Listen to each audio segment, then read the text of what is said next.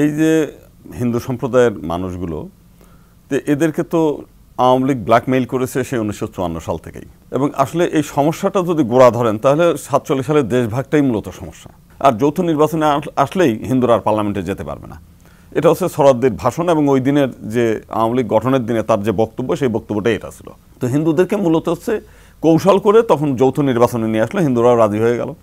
এবং এরপরে 62 সালে যখন নির্বাচন হলো তখন দেখা গেল সেই অনলি 3টা সিট পেল হিন্দুরা। তো 47 সালে দেশভাগের সময় এই অঞ্চলের হিন্দু, বিশেষ করে দক্ষিণাঞ্চলের যে হিন্দুরা, এই হিন্দুদের সঙ্গে মুসলিম লীগের একটা চুক্তি ছিল। চুক্তিটা হলো যে তারা সেন্ট্রাল অ্যাসেম্বলিতে 10%, প্রাদেশিক পরিষদে 30%, এই পার্লামেন্টে তাদের সদস্য দেবে, এবং চাকরি ক্ষেত্রে সেন্ট্রালে হচ্ছে 30% এবং সরকারি চাকরিতে, সাধারণ সরকারি চাকরিতে 20% কোটা দেবে, এবং টোটাল ছাত্র যারা আছে তাদের স্টাইপেন্ড দেওয়া হবে।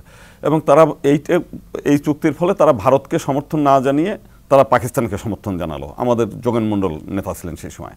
কিন্তু দেখা গেল যে কিছুদিন পরেই যখন হচ্ছে 1954 সালে নির্বাচন হলো, নির্বাচনে এটা সেপারেট ইলেকটোরেট সিস্টেমে এই নির্বাচনটা হতো, এবং এই নির্বাচনটা চেয়েছিল মুসলিম লীগ। সেই সময় মুসলিমরা এককভাবেই দাবি করেছে যে যদি মুসলিম এবং হিন্দুরা একসঙ্গে নির্বাচন হয় তাহলে হিন্দুরা সংখ্যাগরিষ্ঠতার জোরে তাদের নিজস্ব প্রতিনিধি করে নেবে, যদি সংরক্ষিত আসন হয় তাতেও, আর এমনিতে নির্বাচনে কোনো যেতে পারবে না।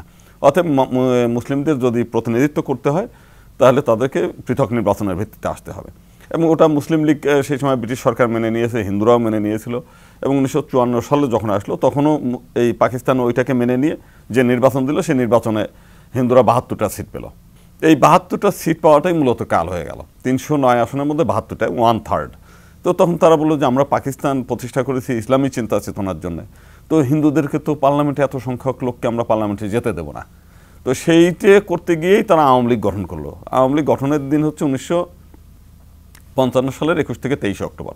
তারা বললো যে হিন্দুদেরকে ব্ল্যাকমেইল করা খুবই সুবিধা, হিন্দুদেরকে যদি বলা যায় যে আমরা অসাম্প্রদায়িক হয়ে যাই, অসাম্প্রদায়িক রাজনীতি করি, আমরা মিলিয়ে মিশিয়ে বাঙালি জাতীয়তাবাদ তুলে ধরি, তাহলে হিন্দুরা এই পৃথক নির্বাচনের দাবিটাকে মানে ফেলে দিয়ে যৌথ নির্বাচনে আসবে। আর যৌথ নির্বাচনে আসলেই হিন্দুরা আর পার্লামেন্টে যেতে পারবে না। এটা হচ্ছে সরাদ্দির ভাষণ এবং ওই দিনের যে আওয়ামী লীগ গঠনের দিনে তার যে বক্তব্য, সেই বক্তব্যটাই এটা ছিল। সে কয়েকটা উদাহরণ দিয়েছে, খুলনা জেলা, ফরিদপুর জেলা, দিনাজপুর জেলায় বলছে যৌথ নির্বাচনে হিন্দুরা তো একেবারেই কোথাও যায় না, যেটা জেলা বোর্ডের নির্বাচনের কথা। তো সেখানে বললো যে তাহলে এইটাকে যদি পার্লামেন্টে যেহেতু 72 জন হিন্দু আছে, অতএব সরাসরি হিন্দুদেরকে ব্ল্যাকমেইলের কথা বললে তো হিন্দুরা রুখে দাঁড়াবে। তো হিন্দুদেরকে মূলত হচ্ছে কৌশল করে তখন যৌথ নির্বাচনে নিয়ে আসলো, হিন্দুরাও রাজি হয়ে গেল। এবং এরপরে 62 সালে যখন নির্বাচন হলো তখন দেখা গেল সেই অনলি 3টা সিট পেল হিন্দুরা। তার মানে আওয়ামী লীগ যে উদ্দেশ্য নিয়ে এই যৌথ নির্বাচনে আনলো সেটা সফল।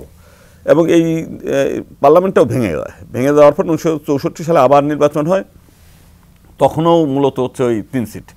এরপরে মনে আছে কিনা যে 64 সালে দাঙ্গা হলো ব্যাপকভাবেই। আপনার এদের নারায়ণগঞ্জের যদি আপনি পানামনগরী যান, দেখবেন সব হিন্দু বাড়িগুলো ফেলে রেখে গেছে। শেখরনগরে বিশাল বিশাল হিন্দু বাড়ি তারা ফেলে রেখে গেল। এই যে বিলোনিয়া, সাভারের অনেক বড় বড় বাড়ি, অট্টালিকা ফেলে রেখে চলে গেল। তো সেই মুহূর্তে পাকিস্তানের সঙ্গে এর মাঝে নেহেরু লিয়াকত একটা চুক্তি হলো যে যার যার দেশের মাইনরিটি তারা সুরক্ষা দেবে, তাদের ভারতেও নেবে না, পাকিস্তানও নেবে না।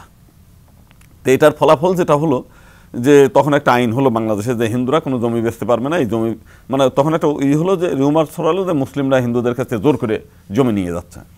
তো তখন বললো যে ডিসির পারমিশন ছাড়া কোনো হিন্দু জমি বেচতে পারবে না।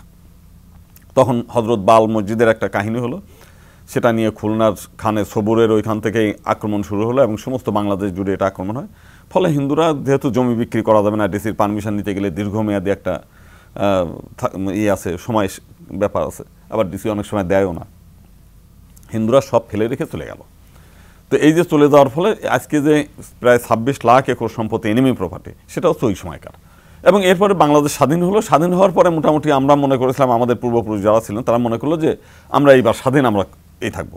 তো তখনও এই সংবিধানে সংরক্ষিত আসন এবং পৃথক নির্বাচনের কথাটা বলা হলো। একজন সংবিধান প্রণয়ন কমিটি একবার টোটালটাই বাতিল করে করলো না। এবং 1973 সালে 13ই মে বুলডোজার দিয়ে রমনা কালীবাড়ি ধ্বংস করলো, এনিমি প্রপার্টিকে আবার পুনর্জীবিত করে ভেস্টেড প্রপার্টি করা হলো।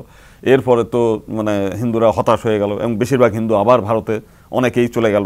এরপরে তো জিয়া আসলো, এরশাদ আসার পরে মূলত একটু স্থিতি আসলো, কিছুটা মানে নিছিল না। এরপরে 1991 সালে 92 সালে বাবরি মসজিদকে কেন্দ্র করে সারা দেশে ব্যাপকভাবেই হামলা হয়েছে, সেটার কোনো বিচার হয় নাই। কালার এক্সপার্ট, জর্জ স্যাপ এবং মাইল্ড অন হ্যান্ডস টেকনোলজি সমৃদ্ধ অরিক্স ক্রিস্টাল ওয়াশ আপনার লন্ড্রি এক্সপার্ট। 2001 সালে ভোলা থেকে আরম্ভ করে সমস্ত জেলায় হিন্দুদের বাড়িঘরে ব্যাপকভাবে হামলা হয়েছে, সেটার কোনো বিচার হয় নাই। এরপরে 2008 সাল থেকে 2023 সাল পর্যন্ত নাসিরনগর থেকে আরম্ভ করে অভয়নগর, চট্টগ্রামের আউজান, ফটিকছড়ি, তারপরে ওখানে হাটহাজারী, সব এগুলো আপনার জানাই যে 23 সালেও কুমিল্লা থেকে আরম্ভ করে সমস্ত পূজা মণ্ডপগুলো ব্যাপকভাবে হামলা হয়েছে। কিছু আওয়ামী লীগ যারা আছে তারা অত্যন্ত চতুর, তারা পার্লামেন্টে হিন্দু হিসেবে কোনো লোক ঢুকতে দিচ্ছে না, কিন্তু কিছু লোককে তারা পার্লামেন্টে যেতে দেয়। তো মানসিকভাবে হিন্দুরা মনে করলো যে আমাদের তো কিছু লোক ওখানে আছে, যদিও তারা হিন্দুদের পক্ষে কোনো কাজ করে না, নামে মাত্র হিন্দু।